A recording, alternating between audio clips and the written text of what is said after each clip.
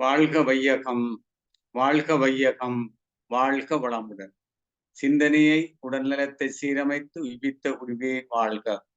வாழ்க குருபுகழ், வாழ்க வேதாத்திரியம்.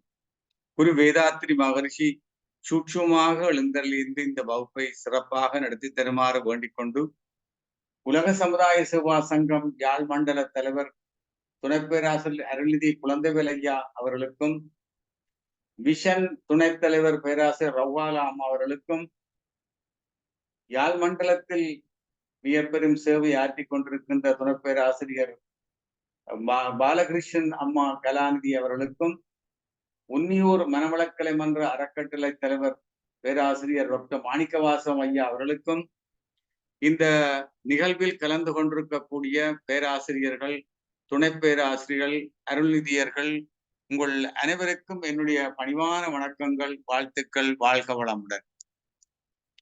கடந்த வகுப்புகளில் சக்கரங்கள், நாடிகள், அவற்றை பற்றிய அடிப்படை விளக்கம், நாளமில்லா சிறப்பிகள், பொதுவாக அமைப்பு, இயக்கம், முக்கியத்துவம், அவை ஒன்றோடொன்று இணைந்து இயங்குகின்ற இயற்கை அமைப்பு, அதைத் தொடர்ந்து மூலாதார சக்கரத்தால் ஆளப்படுகின்ற பால் சிறப்பி, பெண்ணினப்பெருக்க உறுப்பு, ஆணினப்பெருக்க உறுப்புகள் பற்றிய விளக்கங்கள் கொடுக்கப்பட்டது. இன்று தொடர்ந்து சுவாதிஷ்டான சக்கரத்தில் அதனால ஆளப்படுகின்ற நாளமில்லா சுரப்பியை தொடருவோம். இந்த 9 மைய தவத்தில் தவ விளக்கத்தில் முக்கியமாக இந்த 7 சக்கரங்களால் ஆளப்படுகின்ற இந்த நாளமில்லா சுரப்பிகள் பற்றிய விளக்கத்துக்கு முக்கியத்துவம் அளிக்கப்பட்டு இந்த விளக்கங்கள் கொடுக்கப்பட்டு கொண்டு வருகின்றது. அந்த வகையில் சுவாதிஷ்டான சக்கரத்தால் ஆளப்படுகின்ற இந்த சுவாதிஷ்டான சக்கரம் 2வது மையம். இது உடலின் முன்பாகத்துல தொப்புள் இருக்கிற இடத்துல இருந்து 4 அங்குலம் கீழே இருக்கும். இது பஞ்சபூதத்தில் நீருக்குரிய இடமாக இருக்கின்றது. இதனுடைய உளவியல் தன்மைகள், புலன்கடந்த அறிகின்ற செயல்பாடு இந்த சுவாதிஷ்டான சக்கரத்தின் இயக்கத்தினால கிடைக்கும். இனி மரணம் அடைந்தவருடைய ஆவியோட தொடர்பு, தொற்றுதல், தாக்குதல்கள் சில வேளையில ஏற்படக்கூடும். அது மட்டும் இல்லாமல் பலவிதமான சித்துக்களும் சித்திக்கக்கூடிய இருக்கும். முக்கியமாக பால் உணர்வு, காம தூண்டுதல்களுக்கு காரணமாக இருக்கும்.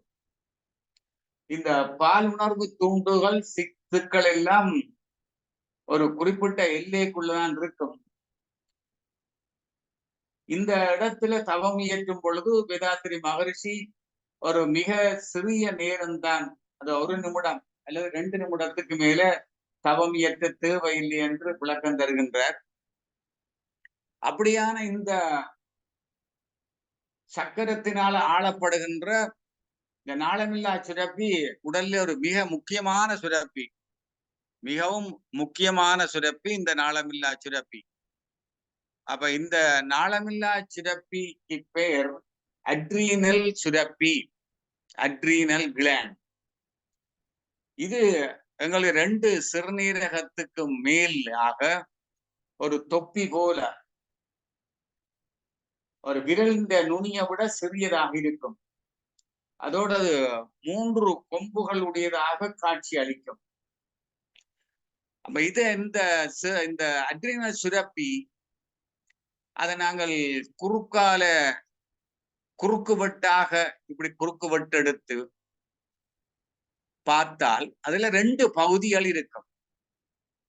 ஒன்று அட்ரினல் மெடல்லா, அது மத்திய பகுதி, மற்றது வெளிப்பகுதி. இந்த வெளிப்பகுதிக்கு அட்ரினல் கோர்டெக்ஸ் என்று பெயர். அட்ரினல் கோர்டெக்ஸ் வெளிப்பகுதி, அட்ரினல் கோர்டெக்ஸ். இந்த அட்ரினல் கோர்டெக்ஸ் என்ற வெளிப்பகுதியிலையும் 3 பகுதிகள் இருக்கும். 3 பகுதிகளில் இருந்தும் வெவ்வேறு விதமான ஹோமோன்கள் சுரக்கப்படும். ஒவ்வொரு ஜோனாக பிரிக்கப்பட்டிருக்கின்றது. உள்பகுதி சோனா ரெட்டிகுலாரிஸ் என்றது, நடுப்பகுதி ஜோனா வெசிகுலேட்டான்றது, வெளிப்பகுதி ஜோனா குளோமெருலோசா என்று சொல்லப்படும்.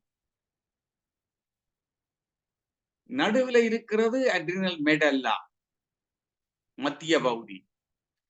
அந்த மத்திய பகுதியில இருந்து 2 விதமான ஹோமோன்கள் சுரக்கப்படும்.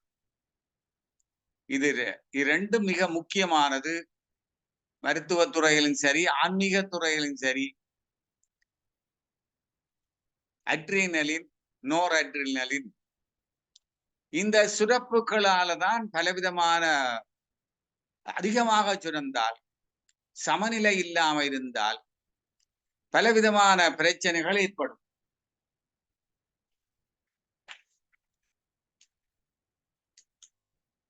பிரஷர் கூடலாம், இருதயத்தினுடைய துடிப்பு கூடலாம், நாடி துடிப்பு கூடலாம். அவர்கள் ஒரு அமைதி இழந்தவர்களாக இருப்பார்கள். இப்படி இருக்கிறவர்கள் தான் எங்கள்ட்ட பயிற்சிக்கு வாரார்கள். பிரஷர் கூடி இருக்கு, மன அழுத்தமாக இருக்கிறது, மன அமைதியா இல்லாம இருக்கிறது. இப்ப இது இப்படியான பிரச்சனைகளுக்காக இந்த வாரார்கள், பயிற்சிக்காக வாரார்கள். அப்ப இந்த மெடல்லா பகுதியில இருந்து 2 விதமான ஹோமோன்கள், அட்ரினலின், நோர் அட்ரினலின், இந்த ஹோமோன்கள் சுரக்கப்படுறபடியாலதான் ஏதாவது ஆபத்து, அவசர காலத்துல எங்களுடைய ஈரல்ல சேமித்து வைக்கப்படுகின்ற குளுக்கோஸ கிளைகோஜனாக சேமித்து வைக்கப்படும். இப்படியான ஒரு ஆபத்து, அவசரமான சந்தர்ப்பங்கள்ல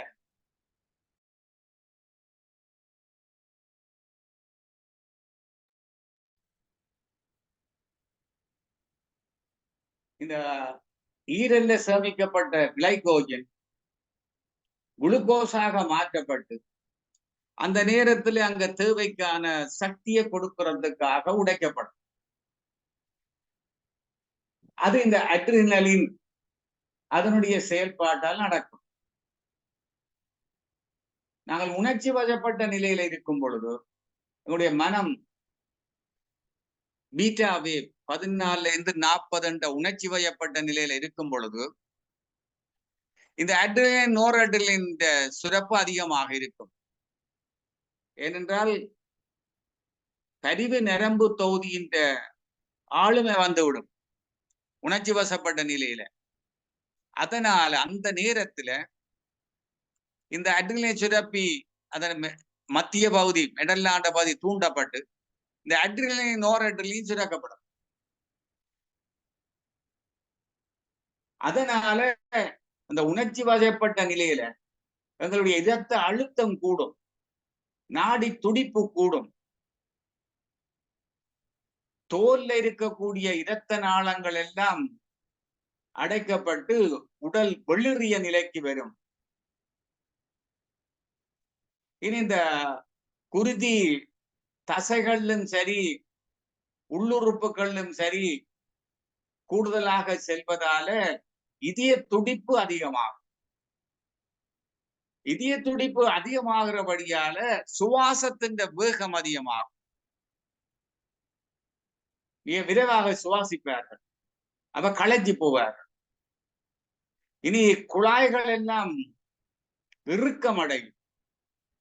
அப்ப இறுக்கம் அடைகிறதால இரத்த அழுத்தம் அதிகரித்து விடும். இது ஒரு பொதுவான, ஒவ்வொரு ஹோமோனுக்கும் ஒவ்வொரு விதமான விளைவுகள் இருக்கும். அவற்றையெல்லாம் சொல்லுவதற்கு நீண்ட நேரம் எடுக்கும்.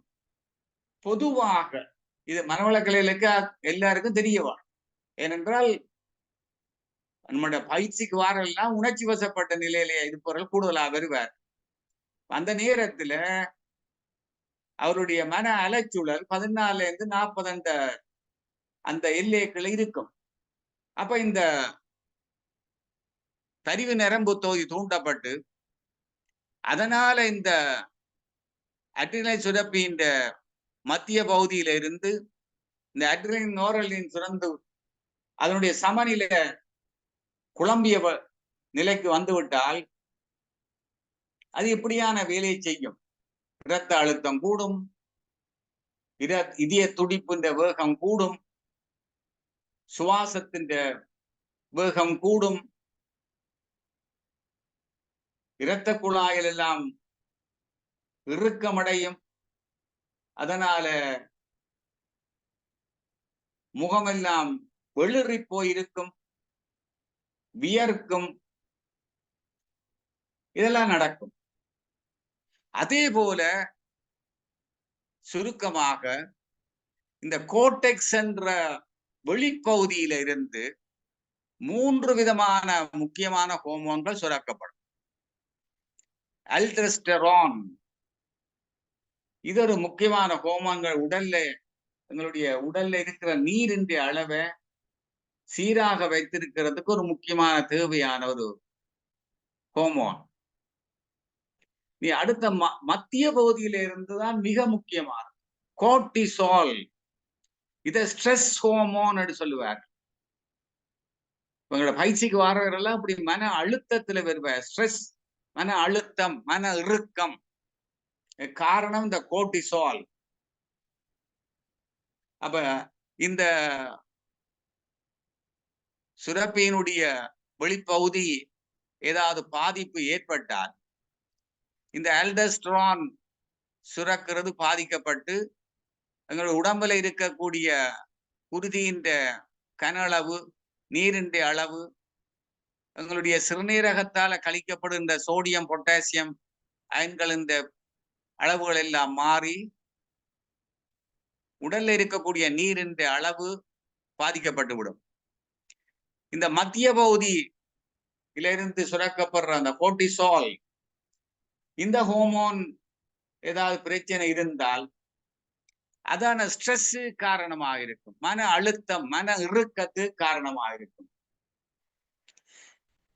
இனி இந்த வெளிப்பகுதியில இருந்து வெளிப்பகுதியில இருந்து அல்டோஸ்டெரான் என்ற ஹோமோன் சுரக்கும், உள்பகுதியிலிருந்து அண்ட்ரோஜின் என்ற ஹோமோன் சுரக்கும். வெளிப்பகுதியில இருந்துதான் அல்டோஸ்டெரான் என்ற ஹோமோன், நான் முன்பு குறிப்பிட்ட அல்டோஸ்டெரான் வெளிப்பகுதியிலிருந்து அதுதான் எங்களுடைய உடம்பின் நீரின் அளவை கட்டுப்படுத்துறது, சோடியம் பொட்டாசியம் அயன்களின் அளவை கட்டுப்படுத்துது. இந்த உள்பகுதியில இருந்து சுரக்கிற அண்ட்ரோஜன்கள் சொல்லி எங்களுடைய இனப்பெருக்க உறுப்புகளின் அதுக்கு தேவையான டெஸ்டோஸ்டிரான் இப்படியான ஹோமோன்கள் இந்த உற்பத்தி காரணமாக இருக்கிறது இந்த அண்ட்ரோஜன்கள்.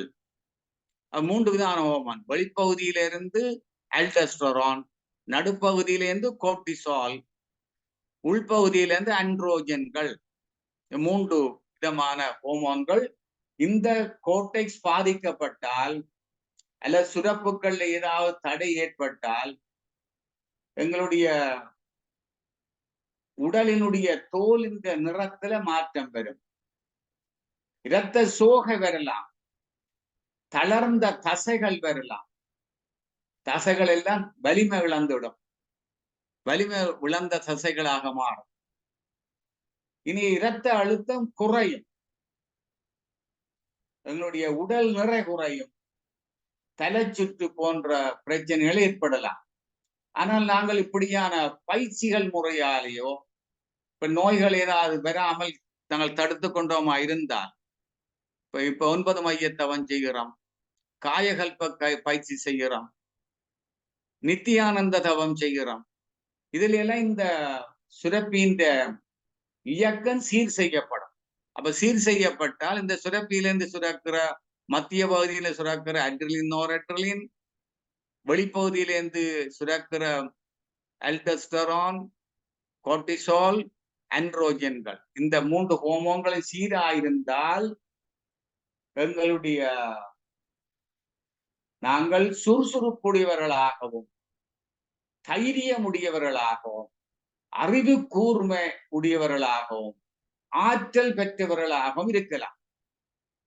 அதோடு அந்த குழந்தைகள் நல்லொழுக்க குழந்தைகளாக வளர்றதுக்கு இந்த சுரப்பியின் பங்கு மிக முக்கியமானதாக இருக்கும். அப்ப இது இந்த அட்ரீனல் சுரப்பியை பற்றிய ஒரு சிறு விளக்கம். இந்த அல்டஸ்டரோன் அது வெளிப்பகுதியின் கோர்டெக்ஸின் வெளிப்பகுதியில சுரக்கப்படுற ஹோமோன் முக்கியமாக எங்களுடைய சிறுநீரகத்திலிருந்து சோடியம் குளோரைட் பொட்டாசியம் இந்த அயன்களின் வெளியேற்றத்தை சீர் செய்கிறதால உடம்புல இருக்கிற நீரின் அளவு சீர் செய்யப்படும். இதெல்லாம் நாங்கள் பயிற்சியல் எடுக்கிறவர்களுக்கு இந்த நன்மைகள் கிடைக்கும். அப்ப இதுல முக்கியமாக இந்த கோர்டிசோல் இது எங்களுடைய மன அழுத்தத்து காரணமாக இருக்கிறது. அப்ப அதை நாங்கள் இந்த பயிற்சியால மன அழுத்தத்தை குறைக்கலாம். இந்த கோர்டிசோலின் சமநிலையை பேணுறதால இந்த ஆண்ட்ரோஜன்கள் என்றது அந்த கோர்டெக்ஸின் உள்பகுதியிலிருந்து சுரக்கிறது. செக்ஸ் ஹோமோன்கள் பால் உணர்வுக்கான ஹோமோன்கள் டெஸ்டோஸ்டிரோன் போன்ற ஹோமோன்கள் இந்த சுரப்புக்கு இது முன்னோடியாக இருக்கும். இது நான் முந்தி சொன்ன போல அட்ரினலின் நோர் அட்ரினலின் இது ரெண்டும் இதயத்தோடு சம்பந்தப்பட்டு செயல்பட்டு கொண்டிருக்கும். அப்ப இது இந்த அட்ரீனல் சுரப்பியை பற்றிய ஒரு சிறு விளக்கம் தான்.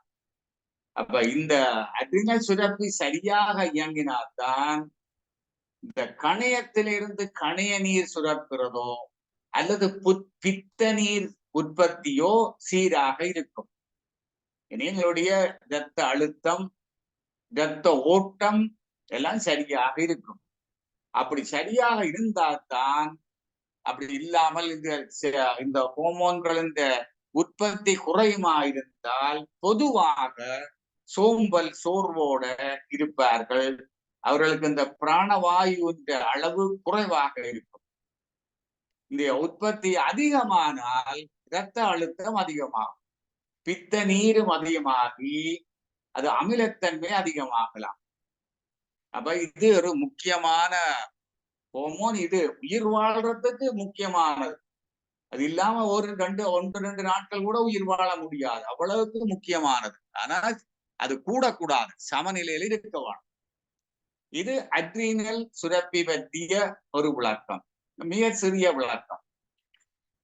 நீ அடுத்த முக்கியமான சக்கரம் மணிபூரக சக்கரம். இந்த மணிபூரக சக்கரம் தொப்புள் இருக்கிற இடத்துல அமைஞ்சிருக்கிறது.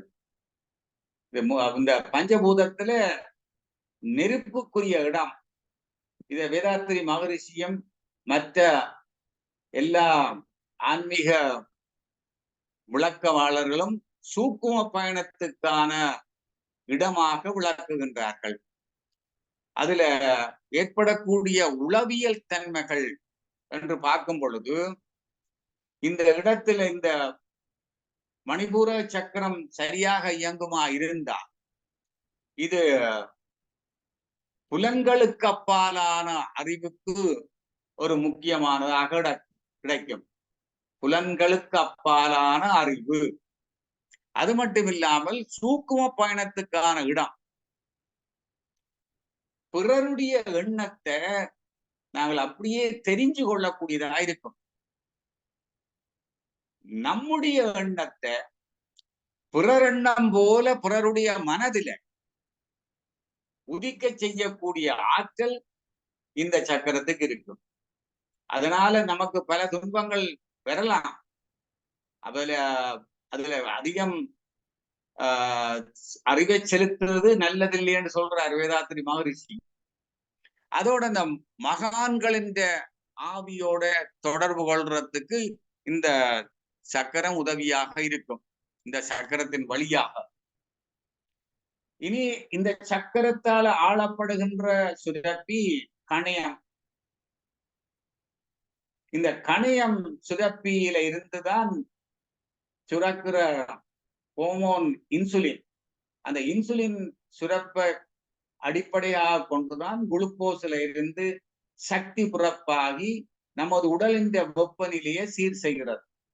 அப்ப நமது உடலின் வெப்பத்தை கூட்டிக் கொள்றதுக்கும் எங்களுடைய இரத்த அழுத்தத்தை சமநிலையில் வைக்கிறதுக்கும் இந்த சக்கரம் உதவியாக இருக்கும். அதோட இது இது நெருப்புக்குரிய சக்கரமாக இருக்கிறபடியால இது ஒரு தூர தரிசனத்தை கொடுக்கக்கூடிய சக்கரமாக இருக்கும். தூர தரிசனம் கண்ணின் பார்வைக்கும் இது காரணமாக இருக்கும். கண்ணின் பார்வையும் சிறப்பாக இருக்கும். இது உளவியல் சம்பந்தமான பயன்கள் இந்த சக்கரத்தை இயக்கிறதால. இனி உடல் வினையியல் பயன்கள் என்று பார்க்கும் பொழுது அதுதான் முக்கியமானது இந்த விளக்கத்தில் கொண்டு வரப்படுறது. அப்ப இந்த சக்கரத்தால ஆளப்படுகின்ற இந்த சுரப்பி கணையம், பன்கிரியாஸ்.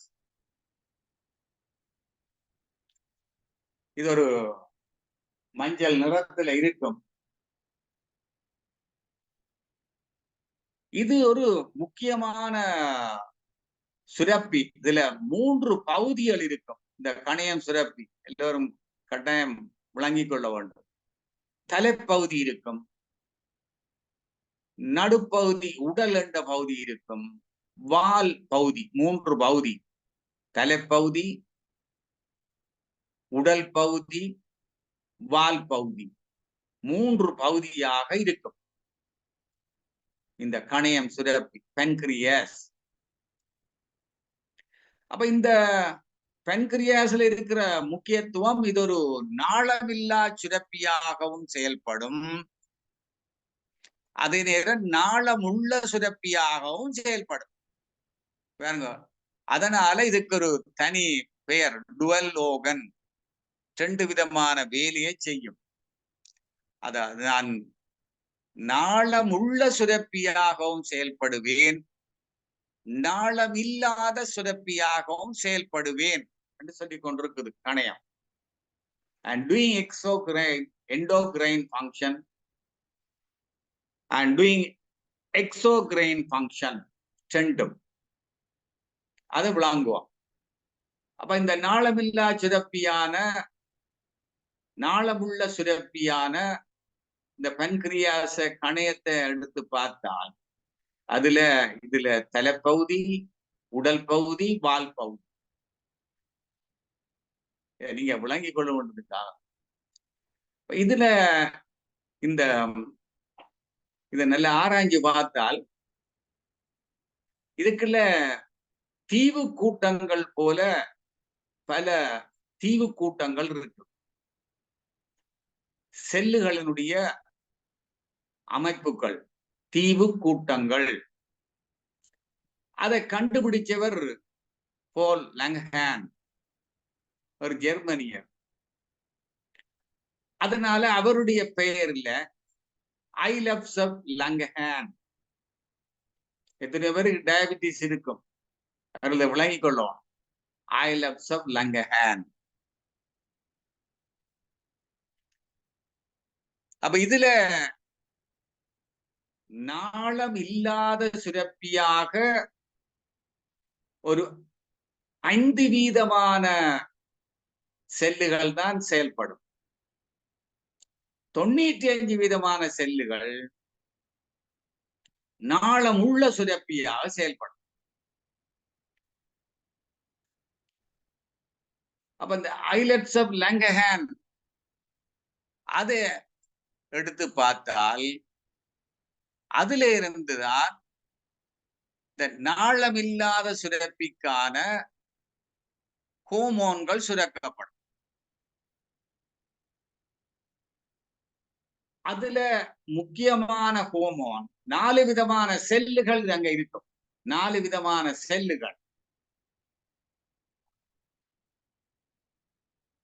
Alpha cell, beta cell, delta cell, gamma செல். இப்ப இந்த பீட்டா செல்லில இருந்து இன்சுலின் சுரக்கப்படும். அல்பா செல்லில இருந்து குளுக்கோகான் சுரக்கப்படும்.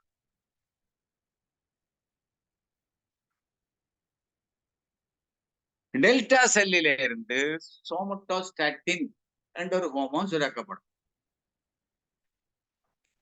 பீட்டா செல்லில இருந்து இன்சுலின் சுரக்கப்படும். அல்பா செல்லில இருந்து குளுக்கோகான் சுரக்கப்படும். டெல்டா செல்லில இருந்து சோமட்டோஸ்டாட்டின் என்று சுரக்கப்படும். மற்ற இந்த கேமா இல்ல எஃப் செல் என்றது அதுல இருந்து பன்கிரியாட்டிக் பாலிபெப்டைட் என்ற ஹோமோன் சுரக்கப்படும். 4 விதமான ஹோமோன்கள். 4 விதமான ஹோமோன்கள். எங்களுக்கு முக்கியமானது இந்த பீட்டா செல்லின சுரக்கப்படுற இன்சுலின். இந்த குளுக்கோகானும் முக்கியமானது. இந்த சோமட்டோஸ்டாட்டின் அதை இறைவன் இதுக்குள்ள சுரக்கிற எண்ணத்துக்காக இந்த ரெண்டும் சமநிலையில வைக்கிறதுக்காக. இது கூடினால் குறைக்கிறதுக்கு, இது கூடினால் குறைக்கிறதுக்காக இந்த ஹோமோனை உருவாக்கி இருக்கிறார் இறைவன். அப்ப இங்க பாருங்க, அந்த பன்கிரியாஸ் தலைப்பகுதி, நடுப்பகுதி உடம்பு, வால், இதுக்குள்ள ஐலட்ஸ் ஆஃப் லங்கஹான். இதுல 4 விதமான செல்லுகள்: alpha cell, beta cell, delta cell, gamma cell. Alpha cell இருந்து glucagon, beta cell insulin, delta cell somatostatin, gamma cell பாலிபெப்டைடுகள் சுரக்கப்படும்.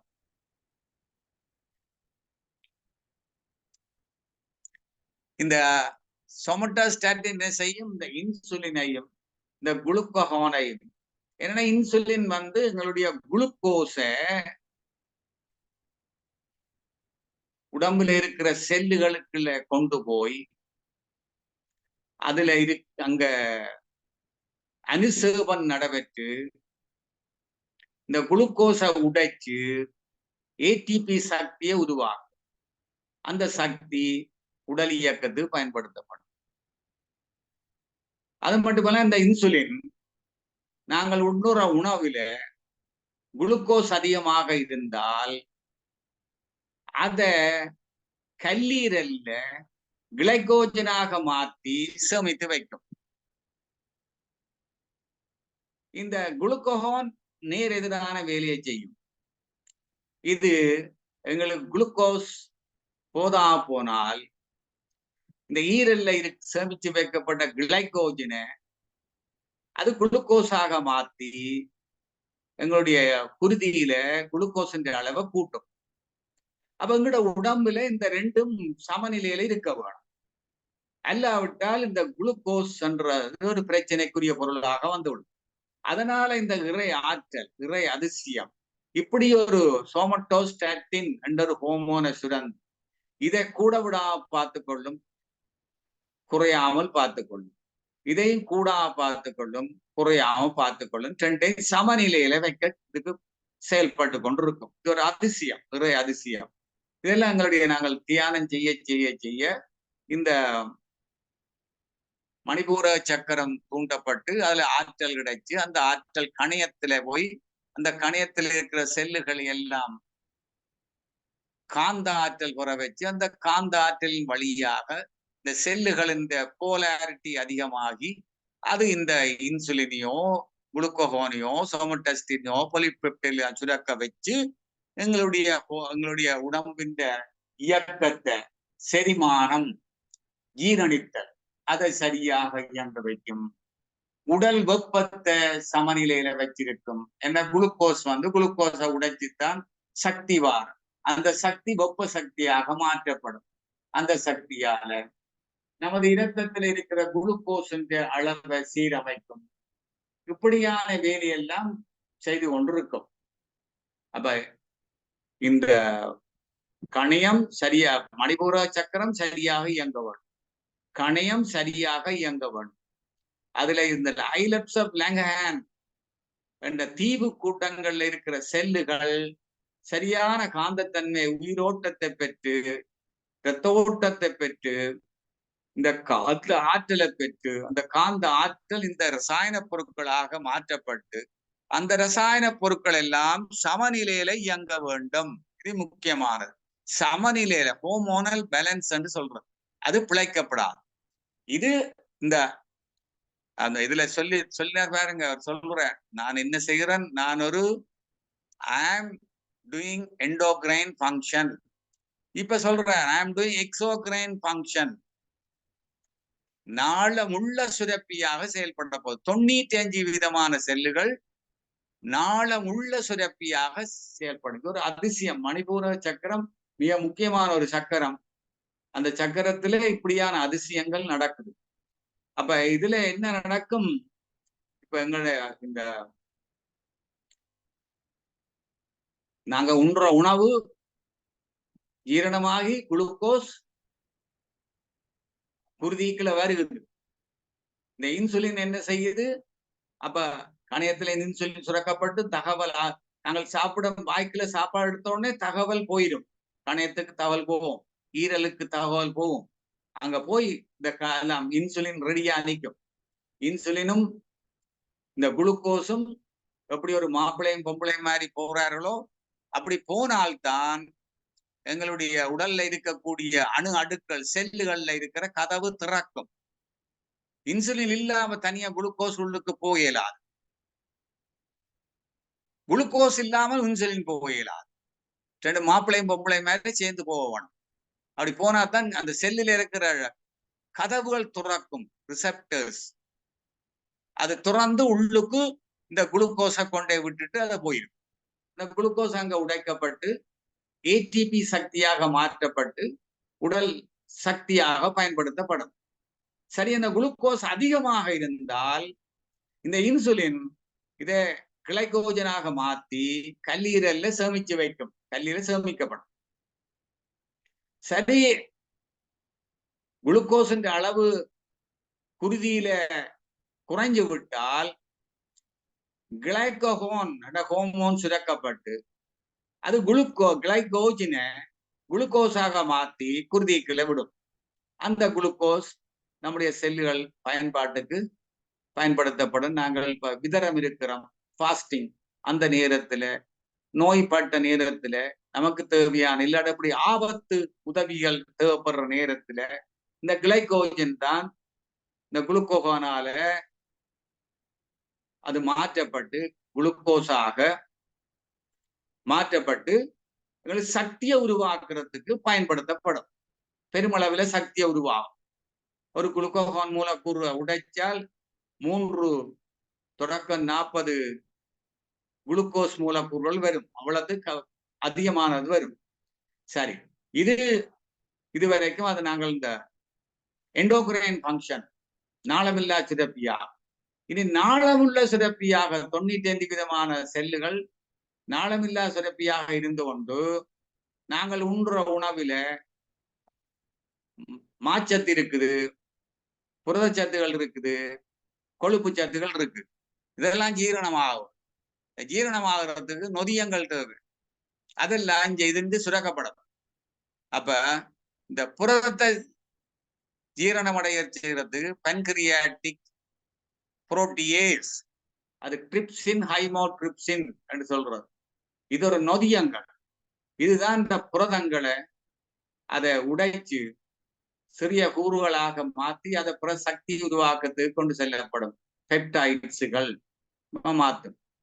இந்த கார்போஹைட்ரேட் மாப்பொருளை பன்கிரியாட்டிக் அமிலேஸ் என்று சுரக்கும். பன்கிரியாட்டிக் amylase நொதியம்.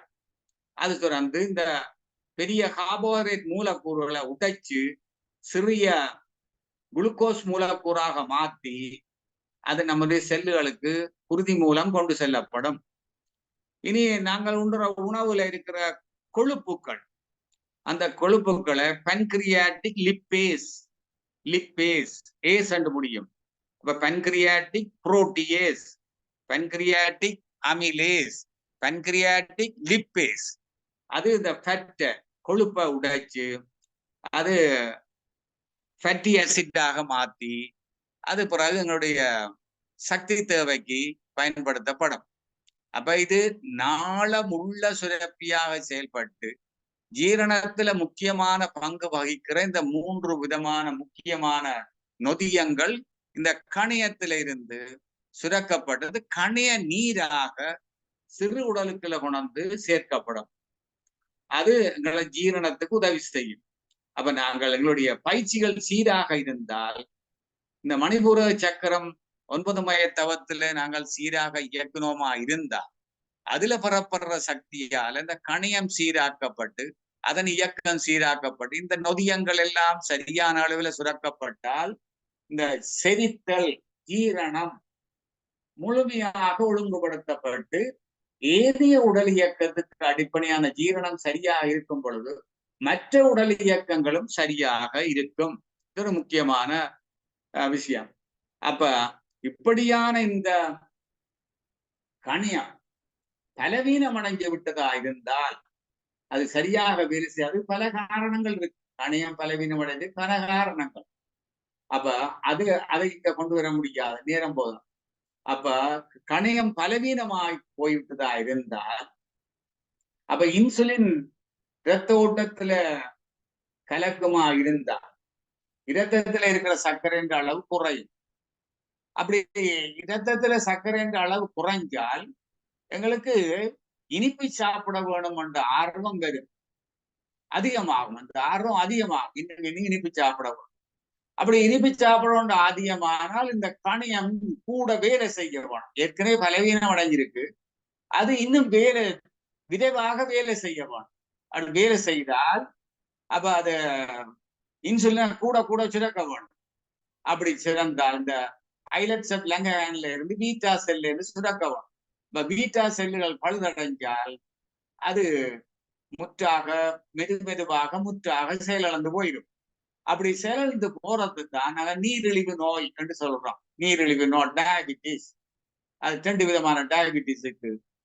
Type 1 diabetes, type 2 diabetes. அதுக்குள்ள ஆழமா போகாமல் அப்ப கணையம் பழுதடைஞ்சாலும் எங்களுக்கு நீரிழிவு நோய் வந்துடும். அப்ப அந்த நீரிழிவு நோய் வந்தால் இப்படி இந்த காரணத்துக்கால வந்தா நாங்க இன்சுலின் மருந்தை கொடுத்து எங்களுடைய குளுக்கோஸின் அளவை கட்டுப்படுத்தலாமே தவிர இந்த பீட்டா செல்லை இயக்க முடியாது. அது முடியும். ஆனால் நாங்கள் 9 மைய தவத்தை ஒழுங்கா செய்தால், இந்த நித்தியானந்த தவத்தை ஒழுங்கா செய்தால், காயகல்ப பயிற்சியை செய்து ஓஜஸ் ஆற்றலை கணையத்துக்குள்ள செலுத்தினால் இந்த ஐலட்ஸ் ஆஃப் லங்கஹான் மறுபடியும் இயங்கும். அதுக்கு பல ஆராய்ச்சி எல்லாம் செய்தார்கள். இந்த ஐலட்ஸ் ஆஃப் லங்கஹானை திருப்பி எல்லாம் இம்ப்ளான் பண்ணி எல்லாம் பார்த்தார்கள், மருத்துவ ரீதியாக எல்லாம். ஆனால் நாங்கள் இப்படியான இந்த சக்கரங்களை இயக்கிறதன் வழியாக, யோக பயிற்சியின் வழியாக, சில முத்திரைகள் சொல்றார்கள், அதன் வழியாக இந்த சக்கரத்தை நாங்கள் நல்லா இயக்கினோமா இருந்தா அந்த ஆற்றலின் வழியாக எங்களுடைய கணையம், அந்த கணையத்தில் இருக்கிற ஐலட்ஸ் ஆஃப் லங்கஹான் சரியாக இயங்கி பீட்டா செல் இந்த இயக்கம் சீராகும் பொழுது இன்சுலின் சுரப்பு சீராக்கப்படும். அப்ப எங்களுடைய குளுக்கோஸ் பிரச்சனை இருக்காது, உடல்நிலை சரியா. குளுக்கோஸ் தான் எங்களுக்கு முக்கியமா தேவை, எல்லாத்துக்கும் சக்தியை புறப்பாக்குறதுக்கு குளுக்கோஸ் தான் மருத்துவ ரீதியாக சொன்னாங்க. அப்ப இதை நாங்கள் எல்லாம் விளங்கிக் கொள்ளணும். இன்சுலினை கொடுக்கறதால நாங்க கணையத்தை இயக்க முடியாது, பீட்டா செல்லை இயக்க முடியாது. அது இரத்தத்தில் இருக்கிற சர்க்கரை இந்த குளுக்கோஸ் அளவைத்தான் சமன் செய்யுமே தவிர இந்த பீட்டா செல்லை இயக்கமாவாது. அப்ப இரத்தத்துல குளுக்கோஸ் கூடி போனால் இரத்தத்தின் அடர்த்தி அதிகமாகும். அது இந்த பகுதிகள் அது மாறுபட்டு போகும். அப்ப இரத்த ஓட்டம் சீராக நடக்காது. அப்ப காற்றோட்டம், வெப்போட்டம், இரத்த ஓட்டம் சீராக இருந்தாதான் நமது உடல் இயக்கம் சரியாக இருக்கும். அப்ப இங்க இரத்தோட்டம் பாதிக்கப்பட்டு விடும், இரத்தம் சரியா ஓடாது, அடர்த்தி மிக்க இரத்தமா இருக்கும், வேகம் குறைஞ்சு போகும். அப்ப இதயமும் கடுமையாக வேலை செய்ய வேண்டி வரும். அதனால பல பிரச்சனைகள் ஏற்படலாம்.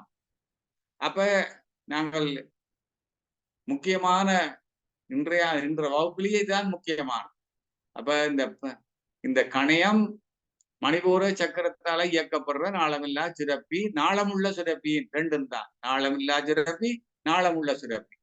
அப்ப நாளம் இல்லாத சுரப்பியாக 5 விதமான செல்லுகள் செயல்படும். ஐலப்ஸ் ஆஃப் லங்கஹான், அதுல இருந்து 4 அதுக்குள்ள 4 விதமான செல்லுகள் இருக்கு. இந்த 4 விதமான செல்லுகள்ல இருந்து பாருங்க, இந்த படத்துல ஒரு அற்புதமான படம். 4 விதமான ஹோமோன்கள் சுரக்கப்படுகின்றது. அல்பா செல் குளுக்கோகோன், beta cell insulin, delta cell சோமட்டோஸ்டாட்டின், gamma செல் பென்கிரியாட்டிக் பாலிபெப்டைடுகள். இப்படி 4 விதமான ஹோமோன்களை சுரக்குது. அப்ப குளுக்கோஸ் அளவு சீரா வச்சு கொண்டு ஜீரணம் செய்யறாரு. இனி நாளமுள்ள சுரப்பியா செயல்பட்டு உடலின் ஜீரணத்துக்கு அதி முக்கியமான நொதியங்கள், மிக மிக மிக முக்கியமான நொதியங்கள். இதுகள் இல்லாமல் முடியவே முடியாது. அப்ப கார்போஹைட்ரேட்டுக்கு மாச்சத்துக்கு பன்கிரியாட்டிக் அமிலேஸ், புரதத்துக்கு பன்கிரியாட்டிக் புரோட்டியேஸ், ட்ரிப்சின், ஹைமோட்ரிப்சின், கொழுப்புக்கு பன்கிரியாட்டிக் லிப்பேஸ். இந்த 3 விதமான நொதியங்கள் சுரக்கப்பட்டு அது இந்த எங்களுடைய உடலின் இயக்கம், ஜீரணம் சீராக நடக்கிறதுக்கும் உடலுக்கு தேவையான சக்தியை பெற்றுக் கொள்றதுக்கும் இது மிக மிக மிக முக்கியமான ஒரு நாளமில்லா சுரப்பி. அதனால மணிபூர சக்கரம் சரியாக இயக்க வேண்டும். அதுல இருந்து இந்த சோலார் பிளெக்சஸோட தொடர்பாயிருக்கு. அப்ப சோலார் எனர்ஜி அதுக்கு உள்வாங்கப்பட்டு அதன் வழியாக இந்த நாளமில்லா சுரப்பி நன்றாக இயங்குறபடியால இந்த சக்கரம், இந்த நாளமில்லா சுரப்பி சீராக செயல்பட்டு எங்களுக்கு இந்த டயபிட்டிஸ் பிரச்சனையில இருந்தோ, இல்ல ஜீரண பிரச்சனையில இருந்தோ, இல்ல உடல் வெப்பநிலையால வார பிரச்சனையில இருந்தோ, அல்லது எங்களுடைய இரத்த ஓட்டத்துல வரக்கூடிய பிரச்சனையில இருந்தோ, அல்லது இதயத்தின் இயக்கத்துல ஏற்படும் பிரச்சனைகளுக்கு தீர்வை கொடுக்கும். அப்ப 9 மைய தவத்துல இந்த மணிபூர சக்கரம் மிக முக்கியமாக கருதப்படும். நான் இந்த அளவில இன்றைய விளக்கவுரையை நிறுத்தி கொண்டு அடுத்தடுத்த விளக்குரைகளை அநாகதன் சக்கரம் பற்றியும் அதிலே நிறைய நீங்க விளங்கிக் கொள்ள இருக்கின்றது. பிறகு விசுத்தி சக்கரம், ஒவ்வொரு சக்கரமா பார்த்து அதில் நாங்கள் விளக்கத்தை பெற்றுக் கொள்வோம் என்ற முறையில நான் இந்த அளவுல இந்த விளக்கவுரையை நிறுத்தி கொண்டு இனி ஏதாவது கேள்விகள் இருந்தால் என்னால் முடிஞ்ச அளவில் நான் பதில் சொல்லலாம். இப்படியான ஒரு அரிய வாய்ப்பை என தந்து கொண்டிருக்கின்ற யாழ் மண்டலத்தினுடைய தலைவர் துணை பேராசிரியர் அருள்தி குழந்தைவேலையா அவர்களுக்கும், விஷன் துணைத் தலைவர் பேராசிரியர் ரகுவால அம்மா அவர்களுக்கும், உன்னியூர் மனவளக்கலை மன்ற அறக்கட்டளை தலைவர் பேராசிரியர் டாக்டர் மாணிக்கவாசம் ஐயா அவர்களுக்கும், இந்த வகுப்பிலே கலந்து கொண்டிருக்கின்ற அறிஞர் பெருமக்கள் ஆகிய உங்கள் அனைவருக்கும் என்னுடைய நன்றிகள், வாழ்த்துக்கள். வாழ்க வளமுடன். நான் இந்த இது முக்கியமாக இந்த நாளமில்லா சுரப்பியலை பற்றித்தான் கொஞ்சம் விளக்கமாக சொல்ல முயற்சி செய்து கொண்டிருக்கிறேன். எல்லோரும் கட்டாயம் தெரிஞ்சிருக்க வேண்டும் என்ற ஒரு காரணத்துக்காகத்தான் கூடுதலாக இருந்தால் மன்னித்துக் கொள்ள வேண்டும், அல்லது குறைவா இருந்தாலும் மன்னித்துக் கொள்ள வேண்டும். இது ஆனால் இவ்வளவாக தெரிஞ்சிருக்கணும் தான் பொதுவான எதிர்பார்ப்பு. இனி ஏதாவது கேள்விகள் இருந்தால் நான் முடிந்த அளவில் பதில் சொல்லக்கூடிய இருக்கும். வாழ்க வளமுடன். வாழ்க வளமுடன். நன்றி ஐயா. எல்லாம் அளவாவே போய்கொண்டிருக்குது. வாழ்க வளமுடன். மாணிக்கவாசகம் ஐயா, வாழ்க வளமுடன் ஐயா. வாழ்க வளமுடன். வாழ்க வளமுடன். பேசுறது கேக்குதுங்களா? ஓமையா கேக்குது ஐயா. சார் ரொம்ப ரொம்ப அற்புதம் சார். ரொம்ப இதெல்லாம் ரொம்ப இப்ப நீங்க எடுத்துன அந்த 3 அமைப்புல என்ன சார், நம்ம சுவாதிஷ்டானம் சொல்றோம் இல்லைங்க, அது என்னங்க? அதுல என்ன போட்டிருக்கிறாங்க? ரத்த அமைப்பை சுத்தமாக வைத்திருக்கும் உதவு தன்மை பெற்றது. கரெக்ட். எண்ணங்களின் வழியே உண்மை தரும் அமைப்பை கொண்டது. மனம் என்ன சொல்கிறதோ அதன்படி நடக்கும்னு இது எப்படி ஏத்துக்கிறதுங்க சுவாதிஷ்டான இயக்கம்? ஏன்னா சுவாதிஷ்டான இயக்கம் ஐயா அது புறக்காம தூண்டுதலுக்கு காரணமாக இருக்குது. புலன் வழிய செல்றதுக்கு முக்கியமான சக்கரம் மூலாதார சக்கரமும் சுவாதிஷ்டான சக்கரமும் தான். ரெண்டும் சேர்ந்தான் இயங்குவதுதான் யோக நூல்கள்ல சொல்லப்பட்டிருக்கு. அப்ப அதனாலதான் எங்கண்ட எண்ணங்கள்ல மாறுபாடு ஏற்படுறதுக்கு இந்த காம தூண்டுதல். காமம்னா தனிய செக்ஷன் இல்ல, எல்லா ஆசைகளும் எல்லாவிதம் அது. அதனால இந்த எண்ணங்கள்ல ஏற்படுகிற மாற்றங்களுக்கு முழுக்க காரணம் இந்த சுவாதிஷ்டான சக்கரம், மூலாதார சக்கரம். இனி இன்னொரு முக்கியமா நாங்க விளங்கிக் கொள்ளணும், மூலாதார சக்கரம் மனிதனுடைய சக்கரம் அல்ல. சுவாதிஷ்டான சக்கரம் தான் எங்களோட சக்கரம். சுவாதிஷ்டானம் அந்த பிரிச்சு பார்க்கணும். இது நமக்குரிய சக்கரம் தான் சுவாதிஷ்டானம். மூலாதார சக்கரம் எங்களுக்குரிய சக்கரம் அல்ல, அது விலங்குகளுக்குரிய உயர்நிலை சக்கரமாக கருதப்படுது. அப்ப எங்களுக்கு இந்த சுவாதிஷ்டான சக்கரம் அப்படி இருக்கிறபடியால அந்த எண்ணங்களின் வழியாக கொண்டு செல்ல பார்க்கும். எண்ணங்களை பிறழ்ந்து போக செல்றது இந்த சக்கரத்தின் வேலை. என்னன்னா காம தூண்டுதலுக்கா மற்றவர்களுடைய ஆவிகள் இந்த இடத்துல பிடிச்சுக்கிட்டு நம்ம அவங்களுக்கு அடிமையாயிருவோங்கிறது கூட மகரிஷி நல்லா சொல்லியிருக்கிறாருங்க. அது அது எல்லாம் மகரிஷி சொல்லிக்கிற மற்ற யோக நூல்களும் சொல்லப்பட்டிருக்கு. இது அந்த புறத்தொடர்புகள் ஏற்படும். அது மட்டும் இல்ல, இன்னொரு முக்கியம், இந்த சுவாதிஷ்டான சக்கரத்துல நாங்கள் எல்லோரும் தெரிஞ்சு கொள்ளணும். இந்த சுவாதிஷ்டான சக்கரத்து குண்டலினி சக்தி 2வது 7வது ஆண்டுகள்ல வரும் பொழுதுதான் எங்களுக்கு முன் ஜென்ம நினைவுகள் வரும். இந்த முன்ஜென்ம நினைவுகள் வரும் பொழுது அந்தோட நாங்கள் பயணிப்போமா இருந்தால் இந்த உலக வாழ்க்கைகளை போக மாட்டார்கள். அவர்கள் அப்படியே ஆன்மீகத்துக்குள்ள போயிடுவார்கள். அதை நாங்கள் மறந்து விடுறபடியாலதான் இனி அடுத்த அநாகதன் சக்கரத்துல விதைக்கலாம் திருப்பி முன்பின் நினைவுகளுக்கு போக வேண்டி வரும். அதுவும் கடுமையான பயிற்சிக்கு பிறகு. எந்த விதமான பயிற்சியும் இல்லாமல் இந்த சுவாதிஷ்டான சக்கரத்துல விதைக்குள்ள முன் ஜென்ம நினைவுகள் ராமகிருஷ்ண ரமண மகரிஷிக்கு வந்த மாதிரி வரும். அதுவும் நடக்கும், இதுவும் நடக்கும். அதுல ஜோதிடர்கள் சொல்ற கருத்துங்க ஐயா, அந்த சுவாதிஷ்டான இயக்கம் லக்னத்திலிருந்து 3ஆம் இடம், 6ஆம் இடம், 11ஆம் இடம் சரியான பதிலாக இருக்கும் இந்த சுவாதிஷ்டானம் இயக்கம். இது எவ்வளவு சுவாதிஷ்டானம், 3ஆம் இடம், 6ஆம் இடம், 11ஆம் இடம் சுவாதிஷ்டான இயக்கத்துக்கு நமக்கு சிறு சிறு அமைப்பை வச்சு கொடுக்கும் அப்படின்னு சொல்றாங்க. நல்லா அற்புதமா இருந்தது சார். மணிப்பூரகத்துல இன்னும் கொஞ்சம் உங்களுக்கு நம்ம தனியா கேட்டுக்கலாம் சார். அது ஒரு 1/2 மணி நேரம் பதில் இருக்குது, மற்றவங்க கேட்கட்டும். வாழ்த்துக்கள், வாழ்க வளமுடன். டாக்டர் ஐயா வாழ்க வளமுடன். வளமா வாழ்க வளமுடன், வாழ்த்துக்கள். ஐயா நன்றி ஐயா. சுப்பிரமணியம் ஐயா வாழ்க வளமுடன். ஐயா வாழ்க வளமுடன். உங்களுடைய ஸ்பீச் எப்பயும் போல அற்புதமா இருந்தது. எனக்கு ஒரு சந்தேகம். இப்போ காமா செல்ஸ் இது பாலிபெப்டைட்ஸ் ப்ரொடியூஸ் பண்ணுன்னு சொல்றீங்க, அப்படிதானே? காமா செல்ஸ் தான் சோமட்டோஸ்டாட்டின். இல்ல டெல்டா செல். காமா செல் பாலிபெப்டைட். பாலிபெப்டைட்ஸ் சுரக்குது.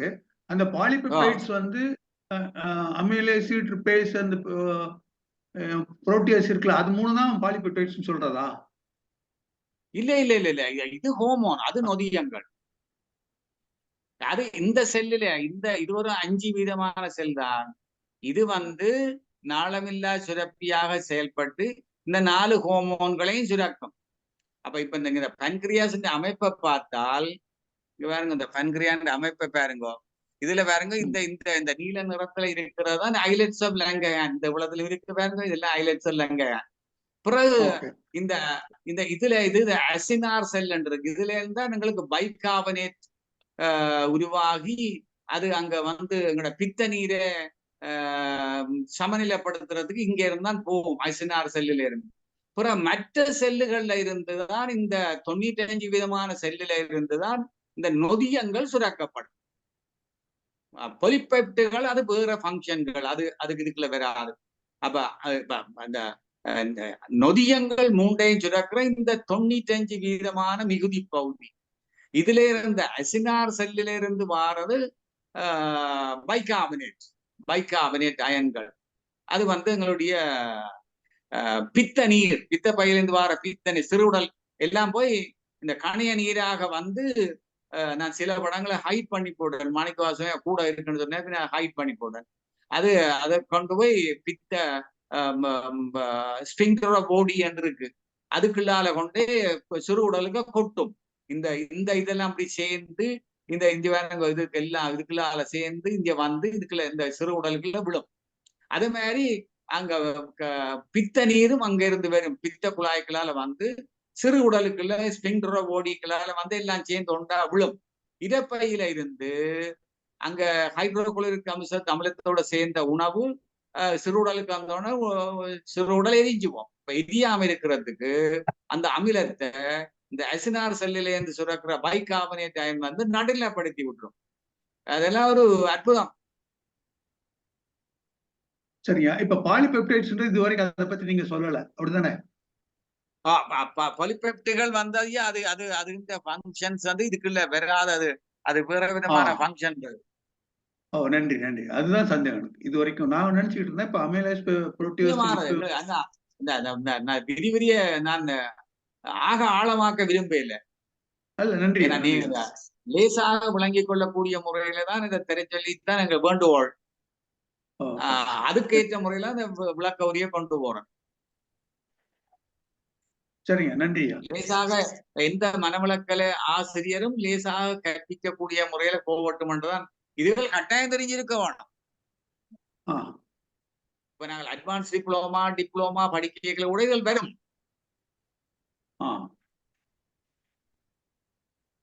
நன்றி. ஒரு நாள் அவங்கள்ட்ட பாலிபெப்டைட்ஸ் பற்றி எனக்கு நேரடியா கேட்டுக்கிறேன். நன்றியா. அது வேண்டாம், தனியா சொல்லலாம் உங்களுக்கு. சரிங்க, வாழ்க வளம். நன்றியா. நன்றியா. நன்றி நன்றி நன்றி. விளக்கம் நன்றி. வாழ்க வளம். விளக்கம் நன்றாக இருந்தது. வாழ்க வளம். நன்றி ஐயா. பயன்படுத்தணும், திருப்பி போட்டு பார்க்கணும். நீங்க இதெல்லாம் ஞாபகத்துல நிக்காது. சுசிலாமா, வாழ்க வளமுடன். வாழ்க வளமுடன் ஐயா. வாழ்க வளம் ஐயா. சிலர் வந்தாங்க, யாராவது ரொம்ப அசம்பந்தமாவும் இருக்காங்க, நம்மள பேசவே விடாம 2 மணி நேரம் கண்டினியூவா பேசுறாங்களே, அது செல்களுடைய மிஸ்டேக்கா இல்ல சுரப்பிகளுடைய மிஸ்டேக்காங்கய்யா? அது எந்த சுரப்பி மிஸ்டேக்ல? என்ன சொல்றீங்களா ஐயா? யாராவது வந்தாங்களா? நம்மளோட என்னன்னே 2.5 மணி நேரம் கண்டினியூவா பேசுறாங்க. அதையா, அது விசுத்தி சக்கரத்தின் விளையாட்டு. விசித்தி தானா? என்ன மிஸ்டேக்யா? விசித்தி தான் ஐயா பேச்சோட சம்பந்தப்பட்ட சக்கரம். அதான் என்ன மிஸ்டேக்? விசித்தி நல்லாக இயங்கினால், இயங்க வேண்டிய திசையில இயங்கினால், இயங்க வேண்டிய திசைக்கு எதிரான திசையில இயங்கினால், இப்படியான பேச்சுக்கள்ல நன்மையும் இருக்கலாம், தீமையும் இருக்கலாம். எதிரான திசையில இயங்கினா வசியப்படுத்துறதுக்காக நேரத்தை செலவிடுவார்கள். அந்த எதிர்த்து செயலை இயங்கினாட ஞான நூல்கள்ல, தந்திர யோக நூல்கள்ல சொல்லப்பட்டிருக்கு. இந்த விசித்தி சக்கரம் இயங்க வேண்டிய திசைக்கு எதிர்த்து செயலை இயங்கினால் அந்த விசித்தி சக்கரத்தால இயக்கப்படுகிறதான் எங்களுடைய வோக்கல் கார்ட்ஸ், குரல் பெட்டி, லங்ஸ் அமைப்புகள். அப்ப அதுகள்லாம் தூண்டப்பட்டு பேச்சுக்கள் வந்து கொண்டே இருக்கும். பேச்சு அது காரணம். அது இருக்குல்ல, அது வந்து அங்க விசுத்தி இல்லையா ஐயா? விசுத்தி. பேசாம இருந்தாலும் விசுத்தி தான். பேசாம நீங்க அநாகரத்து அந்த விசுத்திய தாண்டி ஆக்னைக்கு வரைக்குள்ள பேச்சு நிற்கும் ஐயா. சரியான முறையில் நீங்க தியானம் செய்தால் ஆக்னைக்கு வந்து துரியத்துல வர பேச்சு அறந்து போய் நிற்கும். பேச்சு அறந்துவோம். பிராணன் மனத்தோடு பேராது அடங்கி பிராண நெருக்கில் புறப்புறப்பில்லை. பிராணன் மடமாறி பேச்சு அறிவிச்சான விட்டாச்சு. பேச்சு இல்ல, மௌனம் வந்துடும். இந்த சக்கரங்களுக்கு தாண்டி போய்கள எல்லா அறிவும் கிடைச்சிடும். அப்ப விசுத்தி சக்கரவை கரெக்டா ஆக்டிவேட் பண்ணணும் என்னங்கய்யா? அதுவும் தேவை, அது கட்டாயம் தேவை. அதுதான் சித்தி சக்கரம் தான் எங்களோட வோக்கல் கார்ட், தைராய்டு கிளாண்ட் எல்லாம் வரப்ப அடுத்த ஒரு பராதைராய்டு கிளாண்ட். அதுதானே எங்களை கொண்டு பிரபஞ்ச உயிர் ஆற்றலோட இணைக்கிற முக்கியமான சக்கரம். அந்த விசுத்தி தானே நாங்கள். அதுதான் இந்த தூல உடலும் சூக்கும உடலும் சந்திக்க போற இடம். 3 உடல்களும் அங்க சந்திக்கும். அந்த சக்கரத்துல எடுக்கதான் 3 உடலும் சந்திக்கும். கரு உடல், சூக்கும உடல், காரண உடல், 3 அங்க சந்திக்க போகுது. இது சரிங்க. ஒருத்தர் எதை சொன்னாலும் காதலே வாங்காம இருக்காங்களே, அது என்ன சக்கரா மிஸ்டேக்? என்னையா எதை சொன்னாலும் காதலையே வாங்காம இருப்பாங்க ரொம்ப பேரு. அது என்ன அவர் சக்கரம் அவர் activate அவர் அவர் அவர் மூலாதார சக்கரத்தில் இருக்கிறான்னு கருத்தார். தாமச குணத்துல இருப்பார். ஓ சரிங்க. தாமச குணத்துல ஏன்னா நீங்க சொல்றத சொல்லி போட்டு போங்க, நானும் செய்ய மாட்டேன். அதேதான். அதேதான். அப்படி சரிங்க. நல்ல விளக்கம்யா. நன்றி நன்றி நன்றி ஐயா. நன்றி ஐயா. நன்றி நன்றியா. நன்றி அம்மா. கேள்விகள் இல்லாத பட்சத்தில் நாம் உலக நல வாழ்த்தோடு நிகழ்வை நிறைவு செய்வோம். அன்பர்கள் யாராவது ஒருவர் உலக நல வாழ்த்து படியுங்கள். அனைவருக்கும் நன்றி. வாழ்க வளமுடன்.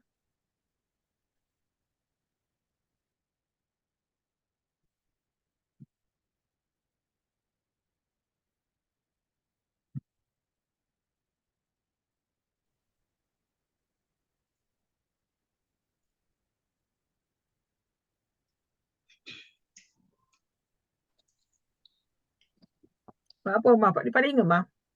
வாழ்க வளமுடன்மா. வாழ்க வளமுடன்மா. உலகமெல்லாம் பருவமழை ஒத்தபடி பெய்யட்டும், உழவரெல்லாம் தானியத்தை உவப்புடனே பெருக்கட்டும், பல தொழில்கள் புரிகின்ற பாட்டாளி உயரட்டும், பகுத்துணர்வில் தொகுத்துணர்வு பண்பாட்டை உயர்த்தட்டும், கழகங்கள் போட்டி பகை கடந்தாட்சி நடக்கட்டும், கல்லாமை கடன் வறுமை கலங்கங்கள் மறையட்டும், நலவாழ்வை அளிக்கும் மெய் ஞான ஒளி வீசட்டும், நம் கடமை அறவாழ்வின் நாட்டத்தே சிறக்கட்டும், நம் கடமை அறவாழ்வின் நாட்டத்தே சிறக்கட்டும், நம் கடமை அறவாழ்வின் நாட்டத்தே சிறக்கட்டும். வாழ்க வையகம், வாழ்க வையகம், வாழ்க வளமுடன். அமைதி அமைதி அமைதி. நன்றிம்மா. நன்றி அம்மா. உலக நல வாழ்த்து இசைத்திட்ட பாப்பு அம்மா அவர்களுக்கு எமது நன்றிகளும் வாழ்த்துக்களும். இன்றைய வகுப்பு மிக சிறப்பாக நடைபெற்றது. அதனை நிகழ்த்தி தந்த டாக்டர் பாலசுப்ரமணியம் ஐயா அவர்களுக்கும், நிகழ்வுகளை எல்லாம் நமக்கு இணைத்து தந்து கொண்டிருக்கின்ற முனைவர் மாணிக்கவாசகம் ஐயா அவர்களுக்கும், இணைப்பிலே இணைந்திட்ட உங்களுக்கும் யாழ் மண்டலத்தின் சார்பாக நன்றிகளை கூறி, நீங்களும் உங்கள் அன்பு குடும்பமும் வாழ்க வளமுடன் என்று வாழ்த்தி விடைபெறுகின்றோம். நன்றி. வாழ்க வளமுடன். அனைவருக்கும் நன்றி. வாழ்க வளமுடன். நன்றி ஐயா.